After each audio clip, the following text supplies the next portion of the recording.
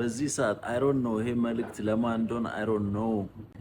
በጣም ተስፋ መቁረጥ ውስጥ ያላችሁ ኢሳይያስ ምዕራፍ 43 ላይ ምን ይላል መሰላችሁ? እነሆ አዲስ ነገርን አደርጋለሁ እርሱም አሁን ይበቅላል። ይህን ቃል በጣም የሚገርማችሁ ያየውኝ በእንግሊዝኛው I'm doing a new thing ነው የሚለው። አሁን እያደረግኩት ነው። I'm doing it ወደፊት አደርገዋለሁ አይደለም፣ አሁን እያደረግኩት ነው። right now ቢዚ ነኝ፣ እያደረግኩት ነው። ስራ ላይ ነኝ ኦልሬዲ።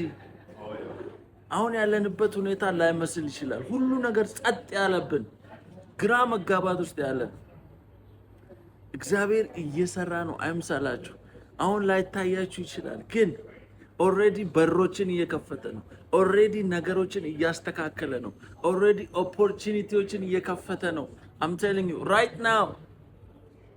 ሶ ይሄ ውስጣችሁ ያለውን ድምፅ አትፍቀዱለት። እንድትጠራጠሩ፣ ግራ እንድትጋቡ፣ ተስፋ እንድትቆርጡ የሚነግራችሁን ድምፅ እንዳሰሙ። God is busy working። አሁን ይበቅላል ነው የሚለው። He's doing a new thing right now። መቻችሁ